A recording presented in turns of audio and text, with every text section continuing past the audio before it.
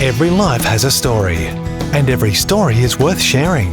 Your story, my story, and our story speak of victory and defeat, joy and sorrow, resilience and vulnerability. They are not just our story, they are Christ's story in us. They are Kingdom Stories from Down Under. My guest tonight, I've met long time ago through my spiritual father, Dr. Bob Chapman. We've journeyed for quite some years now, and I've seen so much of his work. I've been to his church. I've seen the conference which we hosted for them. We helped host for them. And over the years, it's just been tremendous to have him part of my journey. Tonight, with me here in the studio at Kingdom Stories from Down Under, from Northside Community Church, is Hardy Churlew. Hardy, welcome to our show, our humble Kingdom Stories from Down Under show. Yeah. Northside Community Church in the suburb of Joondalup. Joondalup, yes. Nice. You've been there for 8 years, 7 years? No, 4 years. And by the way, thank you for having me. Oh, pleasure. Daniel, I feel privileged to be with you tonight, and it's been great knowing you. And also the common relationship that we had with Bob that kind of makes it special to be with you as well, because he meant a lot to me. Yeah, so we've been in Joondalup for 4 years, just 4 years, just gone. And before that? Before that, we were up the road. We were still in Joondalup, but we different building. Moved buildings, yes. Nice. Are you a Western Australian? Yes, I am, yeah. And your wife as well? Yes, she's Victorian. She's from Victoria. Yeah. But you were born here? No, I wasn't born here, but it's the only place that I've lived where I have any recollection of where I've lived. Oh, because you were quite young when you came here. I was very young when I was born, Natanael. No. So were you born in Perth? No, not at all. No, I was born, it's a lengthy story, Natanael. I was born in Germany. Okay. To a father who was from Russia and to a mother who was from Poland, but ethnically German. And the name Churlew is... It's been modified over a period of time, obviously mostly from my dad's side, and that would be from Russia. Okay. Did you speak any Russian or Polish? No. German? German, I know a little bit, a smattering of a few words. I think and I have been to Germany, I can get around, I can ask for a drink, a coffee or whatever, and I can speak German. And my wife is always very impressed when she hears me, because she never hears me speaking like that. But and I've got a cousin that lives over there, and when he comes over or when we've been over there, we kind of talk, but we don't talk, but it's just we communicate. It's really just so your parents moved to Australia. You were 2, 3? Yes, I was 2, and it was after the war. My dad was a displaced person, in the sense that he had fought in the Russian army against Nazi Germany, but was captured. Okay. And so they forced him to work in a factory. Yeah. And because in Eastern Germany. No, they took him into the Western area. Okay. Like they did with a few others. My mother, even though she was in Poland, if you know anything about that particular era, the borders had been changed, had been moved, and so there were a lot of German-speaking people outside of Germany in Poland or Czechoslovakia. And vice versa. And so part of what happened there, without going into all the detail, is that they wanted it back. And so my mum, ethnically, as I said, was German, but if she had have applied for a passport, she would have got a Polish passport. Yes. Because that's where she lived. So when the war finished, without taking too much time, Dad escaped because he'd been captured, and he had a rank within the Russian army. Yes. He was ordered, like they all were, to shoot themselves rather than surrender. Wow. And so he was captured, though. So he's passed on now, but he's never said much at the time. But he knew he could not go back. And when they picked a lot of the POWs up, he had already heard that they're sending them all to Siberia or shooting them when they got back, So he escaped with a couple of, at least one other friend who was in similar circumstances. But what he did that really saved his future in a way was he surrendered to the American. So he was in the American sector, Yeah. the South Bavaria area. And so he ended up working for them as a sort of a security officer type person. Then he met Mum, of course, got married, and my brother and In I. Bavaria, he met your In mom? Bavaria, yeah. How did she travel? Or what made her travel? She grew up in Poland, so she is Polish. Yeah. But at the same time, ethnically, all to do with Germany, you know. So it was difficult for these people who were living like that, very difficult. But anyway, so she found herself having been taken from where she grew up. Yeah. Her dad had passed away. Two brothers were killed during the war. So she had no one. She didn't. Yeah. She thought her sister had been killed in the Dresden bombing, and her sister thought she'd been killed in the Dresden bombing. Yeah. So they both thought that there were no relatives. So Mum ended up in the Bavaria region. Mm-hmm. And anyway, met Dad, but Dad could never go back into Russia. Yeah. Because he was now, he escaped from them. Yeah. Right? He was now a POW. Yeah. Sorry, a deserter. Deserter. Sorry, not a POW. And so he knew he couldn't go back. So what he did was he basically connected with there was an American, like sort of a bit of a headquarters group there, the army, you know. So he basically went and saw them, surrendered to them, and explained his situation. And I think that saved his life, because he certainly could, and he could never go back to Russia. And he sought asylum here, or he escaped to England? No, what he did was he just basically surrendered. When I say surrendered, he gave himself up as far as his future was concerned. I don't think initially the Americans knew what to do with him, but they also knew that he couldn't go back to Russia. They couldn't send him off. He was in danger. He would have been killed. Yeah, and Mum had no real family. Her dad was gone now. Her mum was gone. She thought her brothers, she knew her brothers had been killed.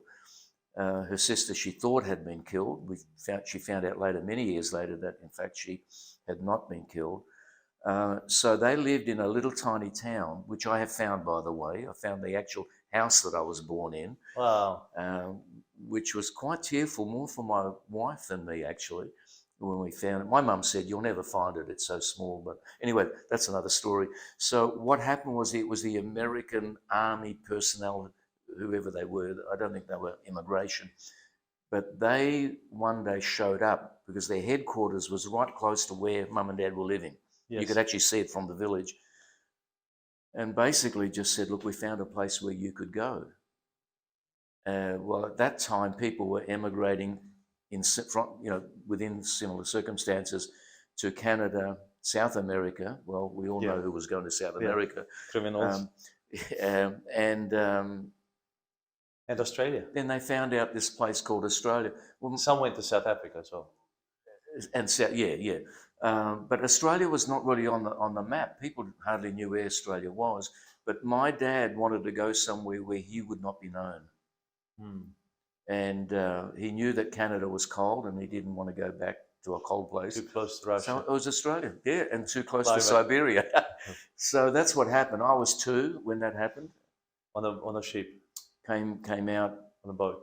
On a boat, like a lot of people did within similar circumstances. In Fremantle or in Sydney? Well, they were on their way to Melbourne, but when they got to Perth, they hopped off and said, "No, we're staying here. No more. No more 2 weeks at sea." No, yeah, exactly. You know, because all my mum remembers is that her two little boys were vomiting all the time on the trip. You know, it was. Anyway, look, it took weeks. I don't know how many weeks to get out. So they settled here in Perth. Yeah, that's the long and short of it, I guess. My mum finally reconnected with her sister. Yes. It would have been in the 70s, or certainly the late 60s, and the Red Cross found her. Wow. She got this letter, I think it was, one day, and they said, "We found your sister." Beautiful. Well, you can imagine my mum was absolutely elated. Eventually, she went over there, and of course, that was part of the Soviet Union, the east side. Yeah. But she managed to get a pass, a limited movement pass, and she went over there. And not only did she find her sister, but also I think there was an auntie, whatever, and then some of them had gone to the west. Yeah. So I have a cousin in the west who, when he wanted to leave, they wouldn't let him leave initially because of certain reasons, that he was good at what he was able to do, and he had to sign a document, an official legal document, to say he will not do any of this for the West when he got out. Yeah. So yeah, look, it's a bit of a complex history, but I have no recollection of any of that. It's a story that, you know, Mum and Dad passed on to me. My dad rarely talked about anything. We grew up and I knew nothing about his background. He did not want to talk about his warring time because his family disowned him when he left Europe because they felt in a way that he betrayed them. He had betrayed them, yes. By deserting. Yeah, well, it was either death or, you know, under the circumstances. And of course, what's your first memory of childhood then? My first memory was Dad building a little fibro house in what is now called Morley, but back then it was Hampton. It was actually a suburb, Hampton Park, near the high school, which is called Hampton High School. I remember Dad building that himself. I'm not sure how old I was, but I was probably 6. That would have been the outskirts of Perth. Oh, it was. It was the extremity. That was the country. Morley Drive was the last road. In fact, it wasn't even called Morley Drive. We had heard that eventually this would be like a semi-highway later on, but I can't even remember the name of it. Harvest Road, I think it was. But anyway, it was the dead end. It was the dead end of suburbia. And little by little, and then of course, one of the big building companies in Perth decided to open up that whole area, the background area of Noranda. Up through to Noranda and east of there, and it just mushroomed from then on. So, do I have happy memories? I don't have a lot of memories. How many children? Just you? Me or in your family? How many siblings? one brother, one sister. Younger. Older brother by just 14 months, and sister who is 5 years younger. She was born here, obviously. Nice. Yeah. And your parents, were they Christians? Were they Reformed, Catholics, Orthodox? Dad, let's start with Mum. Mum grew up in the Lutheran Church, or the Evangelical Church of Germany, I think it's called over Reformed. there. Yeah. So that was her background. She eventually, when she found out how she could do this, got my brother and me and my sister, when she came along, connected with the Lutheran Church. So that was the only church she knew. That's all she knew, you know. My dad, I'm really not sure, and he didn't talk much about anything, but he obviously had like a Russian Orthodox connection in his upbringing. He did have friends here who, like I remember going to a Russian Orthodox funeral that my dad went to because his friend had died, who'd come from the Ukraine, I think, actually. But I can't say my dad was very, I'll put him in the religious, he was not in the religious category as far as any sort of discipline or regularity is concerned. But having said that, he did go to the Lutheran Church with Mum. And so occasionally when I would go, and for me, it wasn't anything that I needed to commit myself to. It was just tagging along with Mum and Dad. But I got saved when I was 17. How did that? Well, look, I think it was pretty common for my generation in Australia. You know, we grew up getting religious instruction at school. Then I went to kind of a Sunday school at the Lutheran Church from Perth in Aberdeen Street, St. John's. They're still there, the same building. And I remember that. I remember the minister, Pastor Graebner. I got confirmed in the Lutheran Church I became a communicant member. Did I experience anything of the Lord? I can't say I did. I have no memory of any attachment to God, but I knew how to recite the Lord's Prayer, the Apostles' Creed. Yep. I knew how to do all of that. And I remember taking my vow when I became a communicant member, but I kind of felt like God lived somewhere else on Mars or somewhere, you know, and he knew I lived on Earth. And I kind of felt like, until the age of 17 and whatever, it was like a silent prayer that I had to the Lord. Lord, and I didn't call him Lord, of course. God, I like the arrangement. You leave me alone and I will leave you alone. You know? A symbiotic relationship. And it was kind of like that. And I'm sure many people it was common. It was so typical of kids my age back. And we're talking about in the 60s, you know. So I think it was pretty common. If you had have asked me during that time, did I believe in God? I would have said yes. Yeah. I wasn't denying God. Yes, I believed in God. Did I have a relationship with him? Not in any personal way. But in an acknowledging way. In an acknowledging way, yeah. And I got saved when I was 17, when the church at that time was an Assemblies of God church in Morley. It doesn't exist anymore, on the corner of Crimea Street and what's the name of the street? Any of the other street, Walter Road. It doesn't exist there anymore. But the thing that I got invited by the pastor's son and the pastor, Will Pope. I don't know if you've heard of him, back in the 60s. No. And I'd been invited before. I was a bit of a smart aleck when I was young, and I'd come up with all kinds of excuses and just stupid things I would say as to why I couldn't come and whatever. But the father walked in on my conversation with his son, because he was one of my schoolmates from Mount Lawley Senior High School. And for some reason, I said, yes, I would come. And it was the youth service on Friday night. Nice. And my brother and I went, and I didn't know what to expect. I wasn't interested really, but Graham was my friend, and you know, they seemed like nice people. He seemed like a nice guy. We had a common interest. He was into model aeroplanes, and I was trying to get more interested and so on. But the thing that I remember when I walked into the building, because I'd been used to stained glass windows and everything was black. I mean, the minister, he dressed totally in black. He had an old F.J. Holden that was totally black. You know, and to me, that was Christianity, even though I wouldn't have defined it quite like that. But to me, that's what you expect. And I remember walking into this building.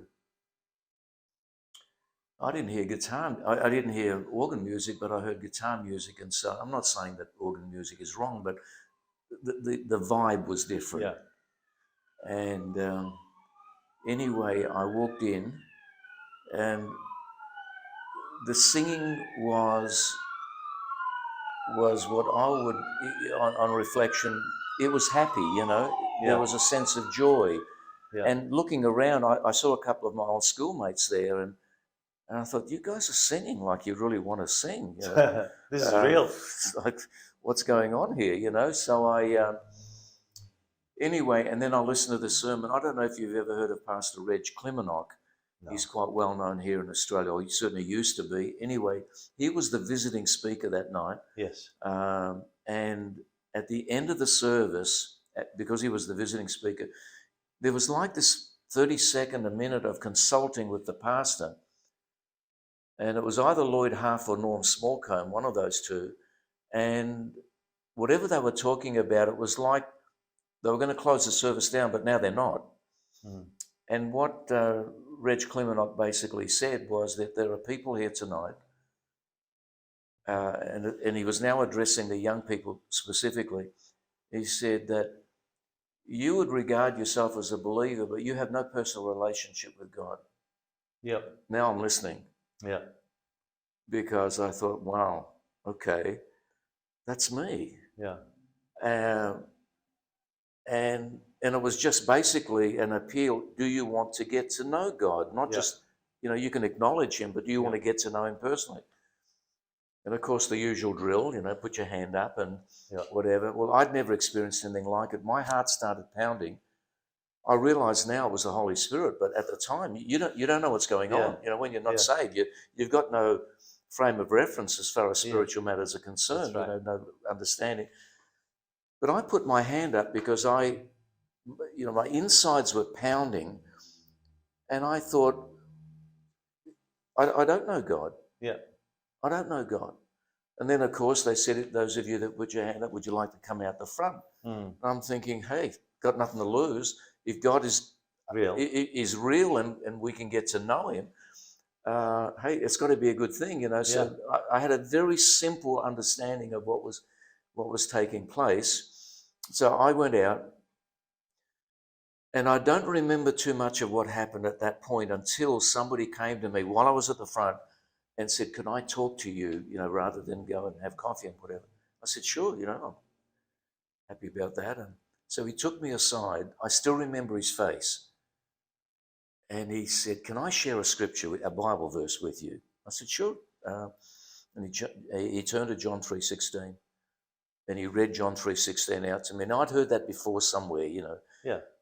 And he said, now I'm going to read it differently, because this is God's message to you. And he said, for God so loved Hardy, that if Hardy would believe in him, Hardy would not perish, but have everlasting life.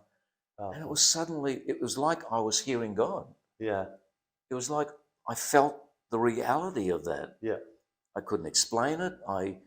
All I know is that that's what it was. Then I went home, obviously later on, Friday night, and I knew something had happened. Yeah. Again, if you had asked me, I would not have been able to explain it. I went to bed and I slept like a log. Now, Saturday was, you know, anyway, without going into the detail, it was kind of my doing what I usually do day. Yeah. And Saturday night, I religiously went to the drive-in picture theatres. I had a good friend who had a 186S Holden Kingswood, and he would pick me up, you know, and that was what we would do every Saturday without fail.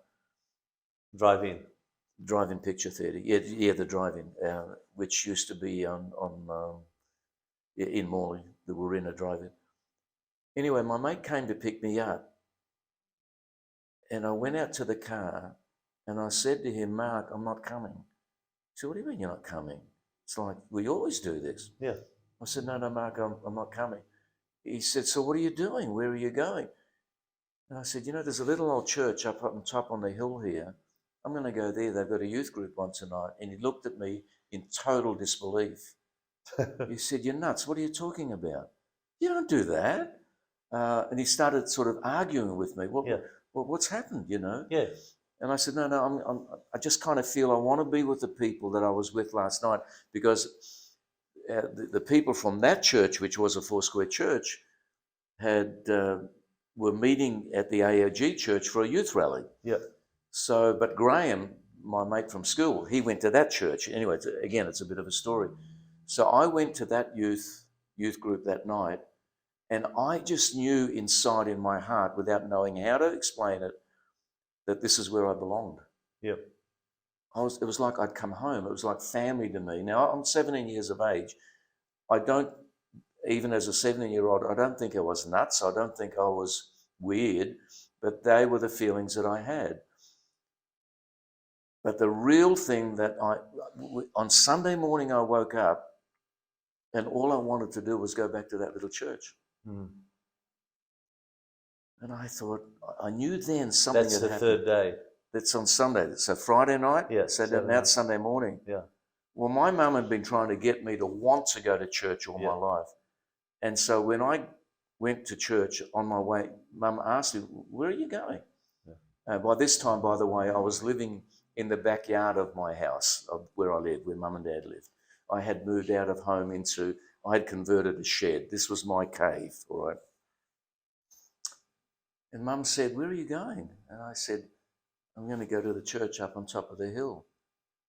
And she said, you know, you can overdo it. I thought, what a change. I'd gone from, you got to go. Now it's like, hey, don't overdo it. And I went there, and I knew then that my life had changed. Still couldn't explain it. Not properly anyway. Yeah. And then Sunday night, I went again. That Wow. was my weekend. When I left work on Friday, I worked in the National Bank at that time. I was just a worldly 17-year-old guy. I was having fun. I think I was a reasonably popular sort of a guy, got on well with people and so on. But when I came to work on Monday morning, I was changed. I couldn't listen to the dirty jokes in the space of a weekend. Wow. Morning tea time, it was like I'd become a foreigner to The world. the world.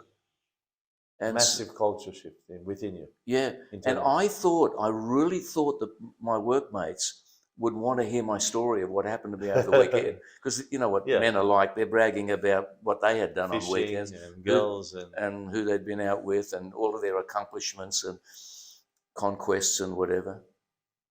And I said, guys, let me tell you what happened to me. And I thought they'd want to hear. Of course, they didn't. They weren't really interested. A couple of the younger ones were sort of like, well, okay, we'll talk some more, because they were curious, So that's the beginning of my Christian walk. And from then on, I ended up going to Bible school for a while and was given an opportunity to serve the Lord. I thank the Lord that the Lord led me to a small church, because the opportunities were there to serve. And I learned so many valuable lessons. People ask me from time to time, what prepared you for the ministry? Yeah. And I said, well, how I handled work. Yep. What I learned in places of employment. Yes. In the local church, what I learned how to get on with people, and I learned how to serve in my little church, right? And everything else as they went on. I went to Bible school for 3 years, night school, 4 nights a week, compulsory doing this and that and whatever else. It was hard yakka. I would not recommend it to anybody. All right. And I said, those that has changed. They're the three main things. And then I say straight away, and of those, the least important was my Bible school. Yeah. Now, I'm not saying it wasn't important. I'm saying it was important, but my big lessons, because God had to change my character. Of course. Sitting in a classroom, only so much can happen. So was that important? I would not do away with what I learned there. But I knew I had to learn. So, just little things like, for example, attitude towards serving. Yeah. They put me on cleaning the roster, cleaning the toilet roster, sorry. Yeah. I thought, yeah, I can do that. And I remember I showed up on this particular Saturday morning. Nobody else showed up. I thought, how come I'm the only one here cleaning toilets, Yeah. And I remember exactly where I was. I remember where I was standing in front of the urinal of the men's toilet, and I'm complaining now like, attitude. Where are the other guys? I bet they're out having a good time this morning and so on. It was all inward, but it was still there. And the Lord spoke to me just as clear as a bell. Who are you doing this for? Now, I'm just a novice. I'm just a newborn Christian. Yeah. But I knew God was speaking to me. Who are you doing this for? And I realized God was saying to me, if you can't do this for me, don't do it. That's right. Don't do this complaining. Yeah. A lot of things that I learned, for example, my work, every job that I got from that point on, and there weren't many, I knew in hindsight particularly that God drew me to those places and in many ways gave me success in those places of employment, but they were all preparing me for other things. And then I left when I was 27 and went down to a little country church in Katanning and pastored down there. When did you meet your wife? Youth group. I remember the first time I saw her. She was at the front door of the church coming to a youth group meeting. In fact, no, it may have been a Sunday service. I don't remember now. But I remember seeing her. Was it love at first sight? No. Was there an attraction? Yes. But we had a good youth group and there were a lot of attractive girls coming to it. I'm sure. And so then we went to Bible school together. And we were going together as in being there at the same place at the same time. And then that was when I realized the attraction that was there wasn't just, just sort of casual. And we were under strict instructions. No student was to get in any serious relationship during their school training, not even dating. Yeah. So we agreed that we will not date until school finishes that year. So the day after it finished, but I was 19, 20 then, 20, and so I was 21 when we got married, and Vicky was 19. So we were just Beautiful. kids getting married, and we've never looked back. We've served, God so graciously and in a powerful way, because she has a similar background to me in many ways, brought us together, and we've never looked back. Awesome. We've had a great marriage, and we've had our ups and downs. We've got 4 children, 4 girls. We love them. I wouldn't change any of those early years at all. Yeah. That was so precious. And, I was given the opportunity of serving the Lord. I remember the pastor's wife, Neen Pope. It was Will and Angela Pope. We called her Neen. So not long after I got saved. So I think I was either saved 6 months or 18 months. I don't remember. Yeah. It was probably just 6 months. She came to me at the end of a service and handed me a book.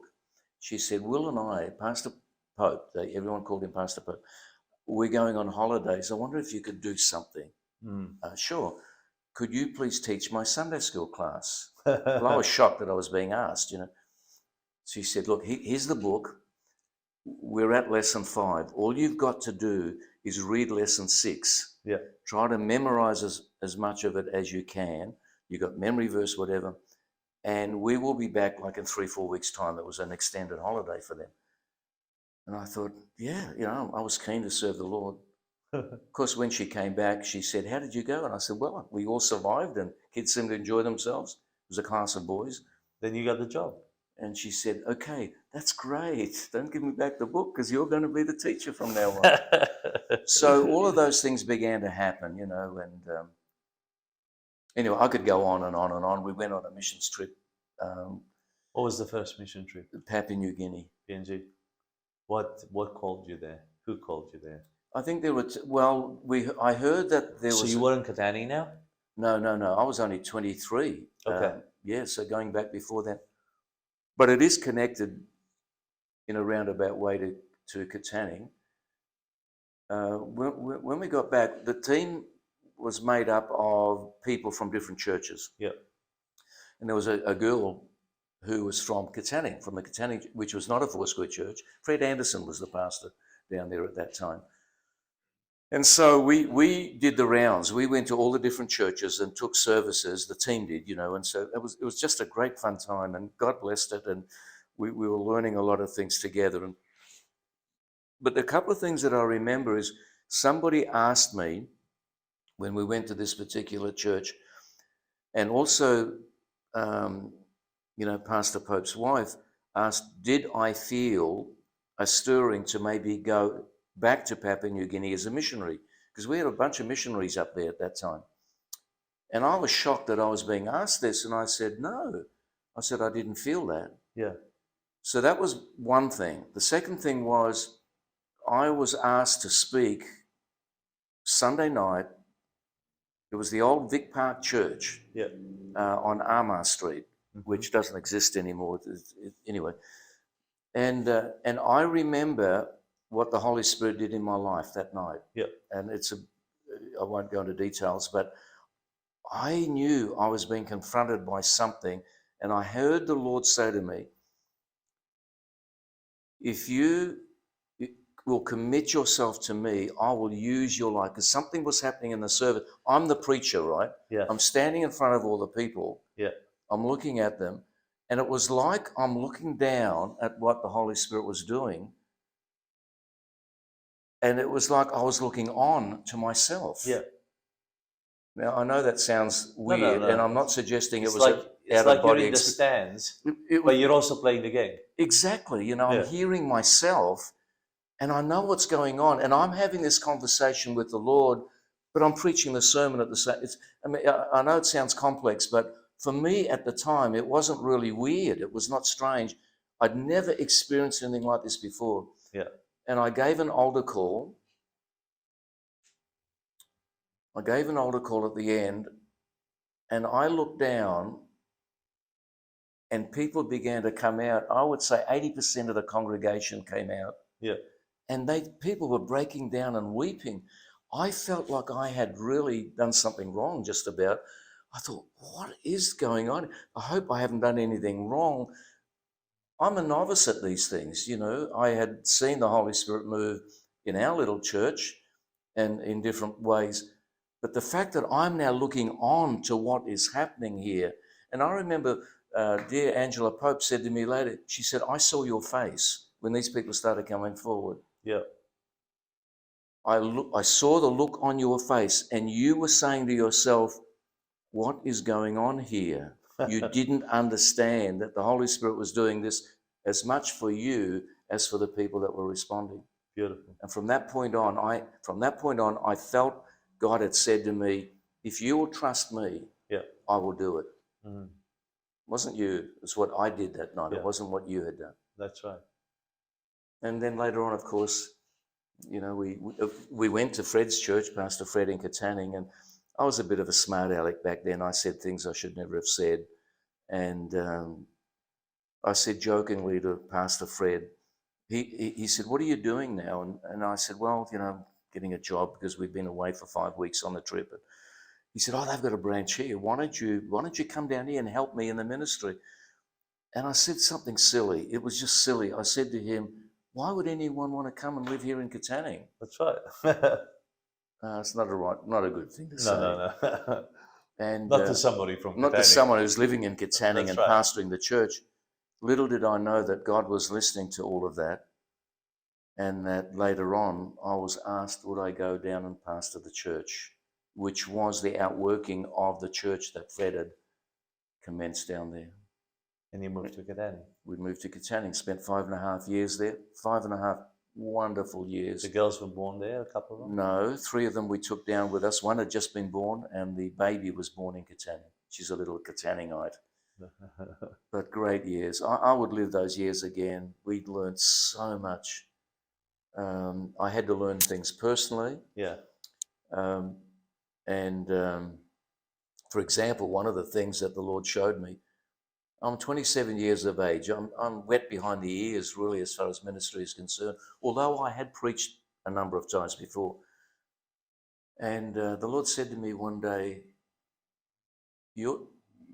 you may consider, or words to this effect, I don't remember the exact words, you may consider yourself as the pastor of this church, but you're not the elder. And I thought, what does that mean? To me, pastors, elders, same thing kind of thing, you know. And then one day, Sunday morning, maybe in the very next Sunday morning, I'm looking at the congregation. Yeah. And I'm looking at these people that had come out of the Baptist church, had come out. These were solid, foundational men in the church. They knew the word. They'd been proven faithful. And then I realized immediately what the Lord had just said to me. And I began to honor these men. Yeah. And women too. It wasn't just the men.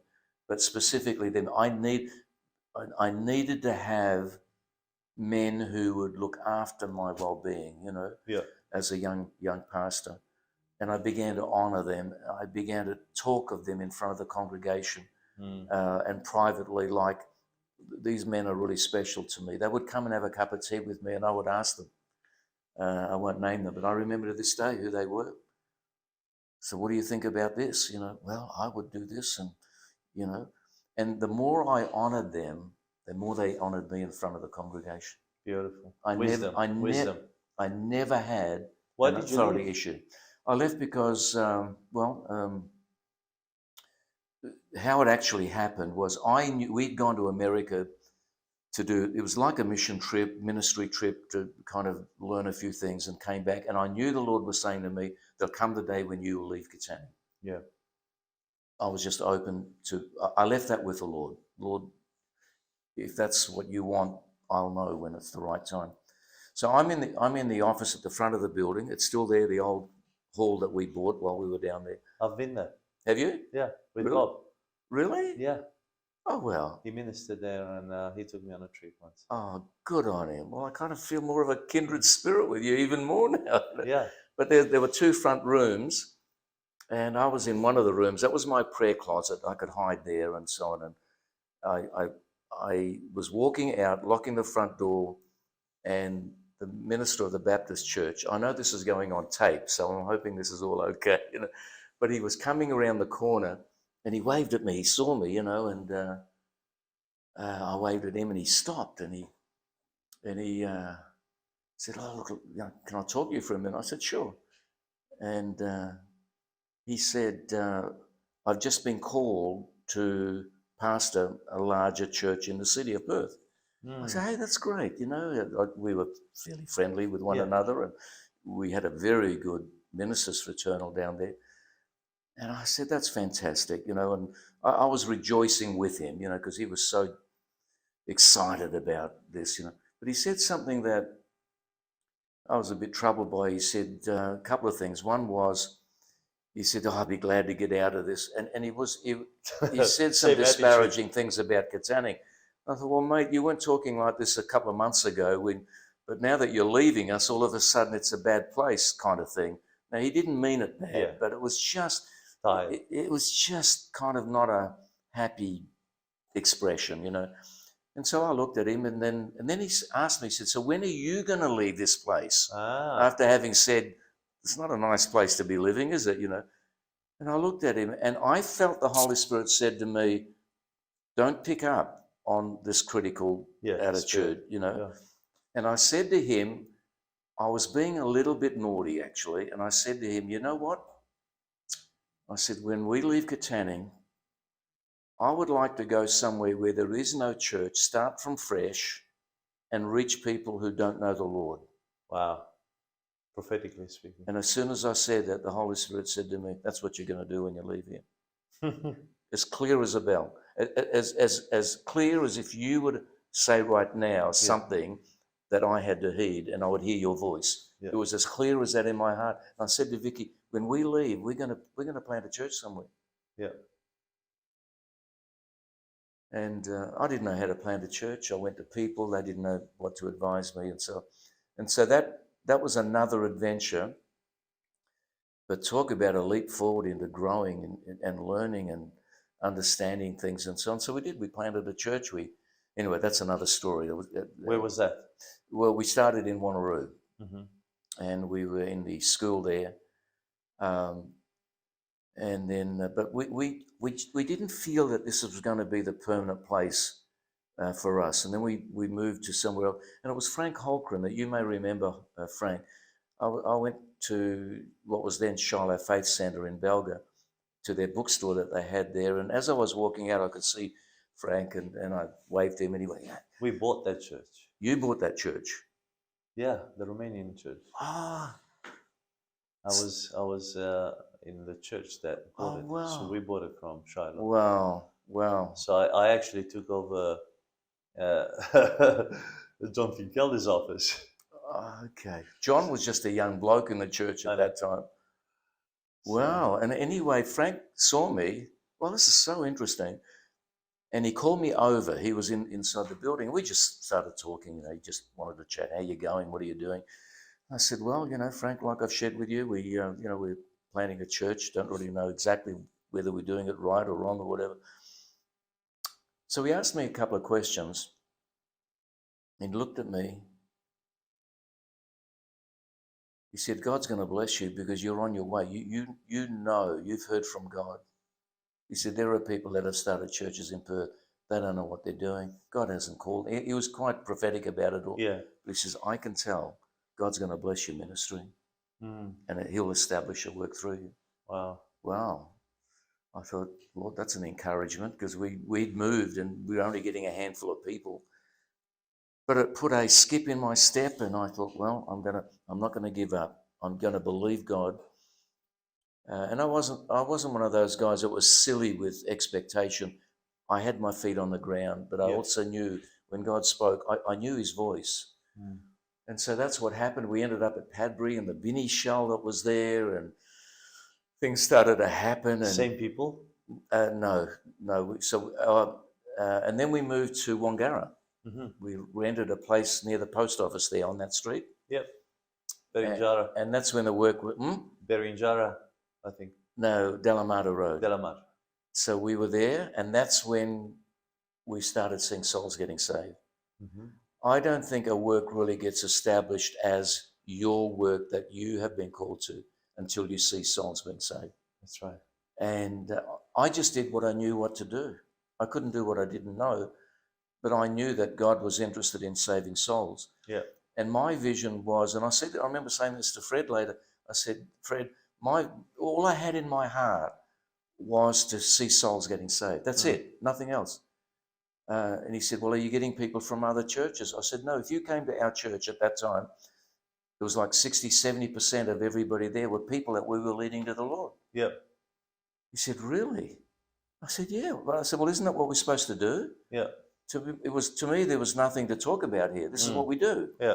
When we plant a church. And so from there, and then of course, we finally, I'm pointing over here because I think I'm in my building, but we bought on Windsor Road there and ended up buying the old milk depot. And that's a story. That's a miracle. It was just amazing how God gave us that building. And then selling it, and then now where we are, talk about a miracle. You've been in the building. Yeah, beautiful building. Can you believe that building belongs to our church? It's phenomenal. And that we were able to sell the other place, and we did well financially out of selling that place, but it was market value when we sold it. And so here we are where we are, and we're building on and establishing ministry. She's doing well. Health-wise? She's doing well, health-wise.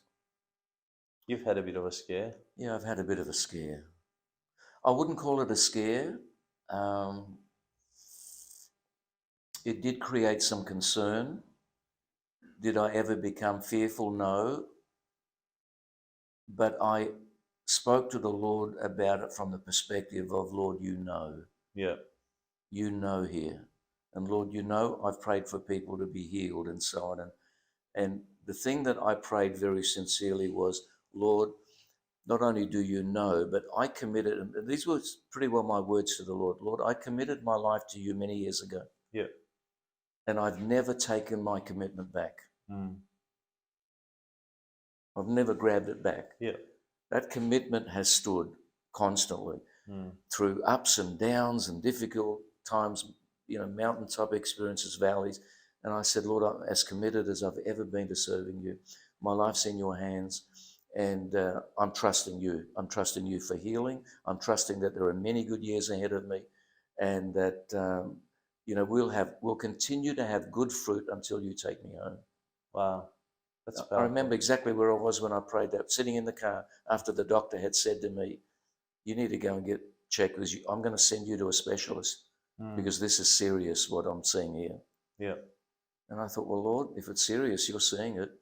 Yeah. And the next day, one day I'll find it and I'll show you. There's a blood test report that I have saved from the doctor.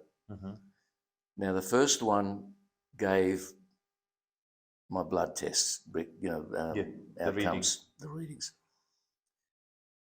The next day, I go to this other place because he said, I'm finding it hard to believe this. Yeah. And I come back, and the report goes to him the next day. He says, you've got to come and see me again tomorrow. So I'm sitting by his desk like I'm sitting with you. Now, he's a Christian brother, and I talked to him about the Lord, right, this doctor. And I know that back in those days, you got all your reports, they were on different pages, Yeah. And now we're down to 2 reports, in fact, down to 1 really. The others he wasn't really concerned about. So he pulls it out, and I noticed he'd scribbled all over it. And you know what he'd written? No. Pentecostals, don't trust them. He couldn't understand. Yeah. He said to me, Hardy, I've been in medicine 30, 40 years, This doesn't make sense. Never happened to me before. Yeah. I said, so what's it saying? He said, well, have a look at your PSA report and stuff. Yeah. I said, really? Now, this was not recently. This is the time before. Yeah. So when this happened, I've got now a track record of God coming through for me. And that's why he wrote Pentecostals Don't Trust Them. He said, this should not be happening. I should not be seeing this. Yeah. It doesn't turn around like this in one day. That's right. And I said, well, I believe it was the Lord. I believe the Lord undertook for me. He heard my prayer sitting out in the car, the front of your office here. So this time when I went through this, you know, the bells are going off and whatever. And I remember saying to the Lord, Lord, this is not the first time I've spoken to you about this. Yeah.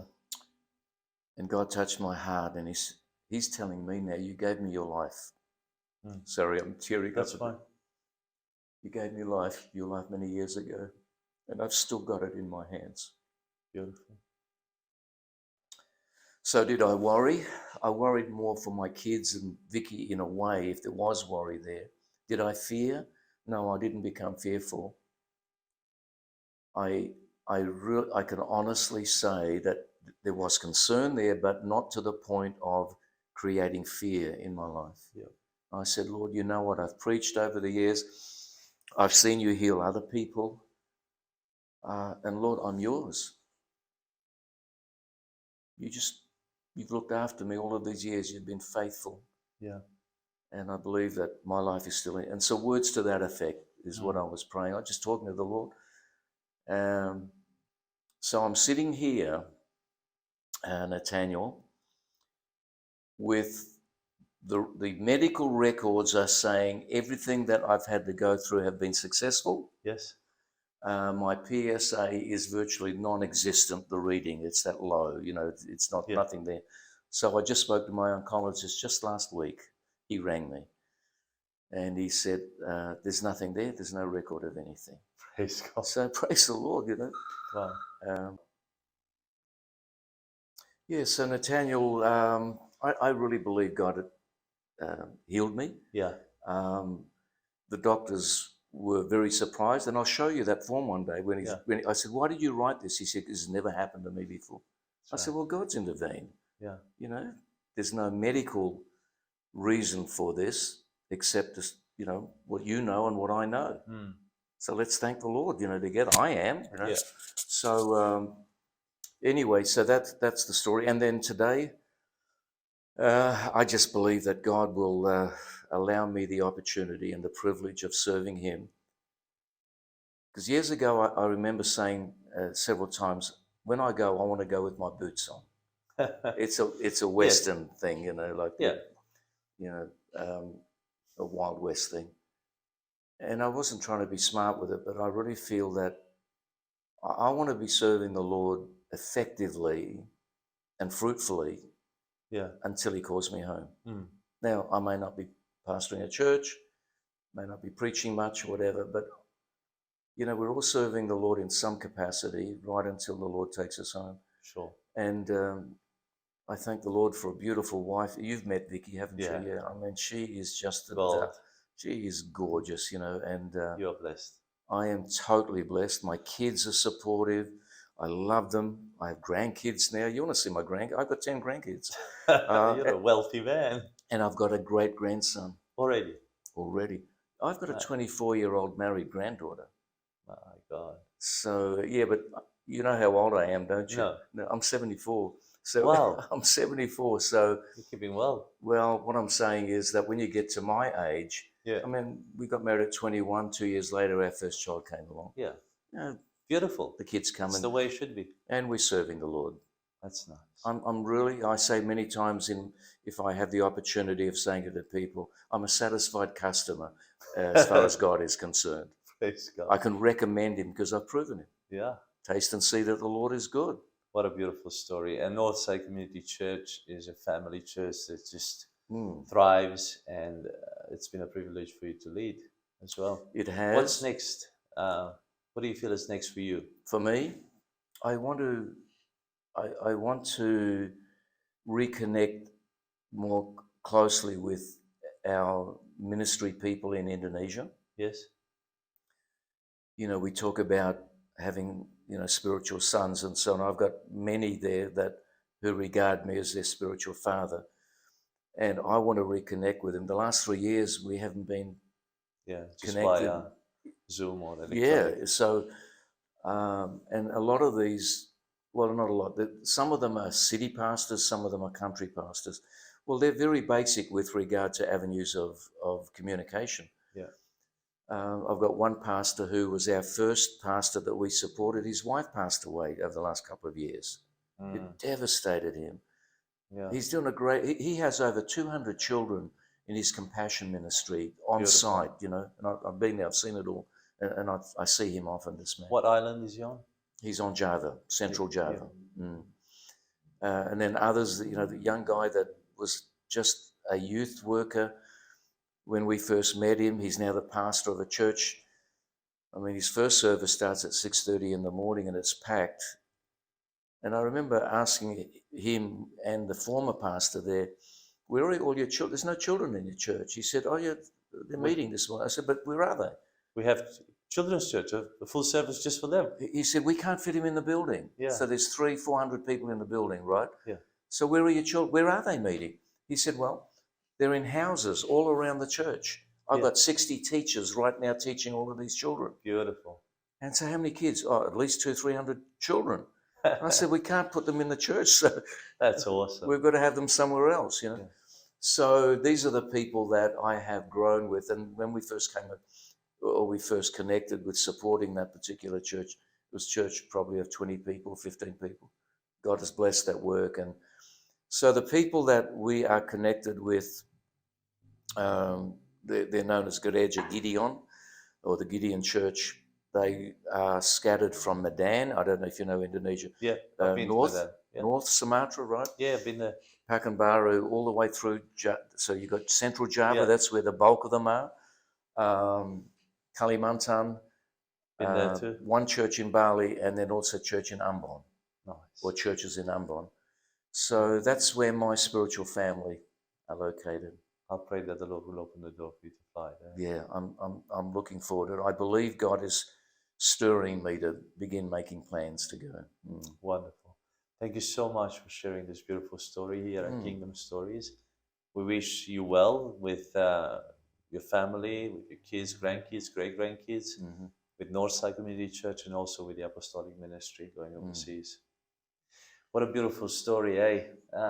You know, to hear a mighty man of God from our own town here from Perth, just to get to know his story and the love that he has for the Lord and how he persevered on throughout the years, both in countryside and here in the city, is just encouraging and uplifting.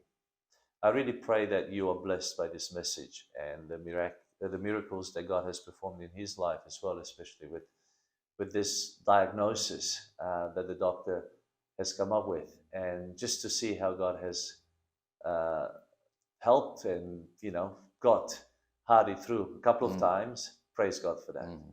I just pray that this encourages you and helps you propel and carry on the good fight that the Lord has given you, and spread the good news. The Lord is at work and nothing should derail us from following him every day.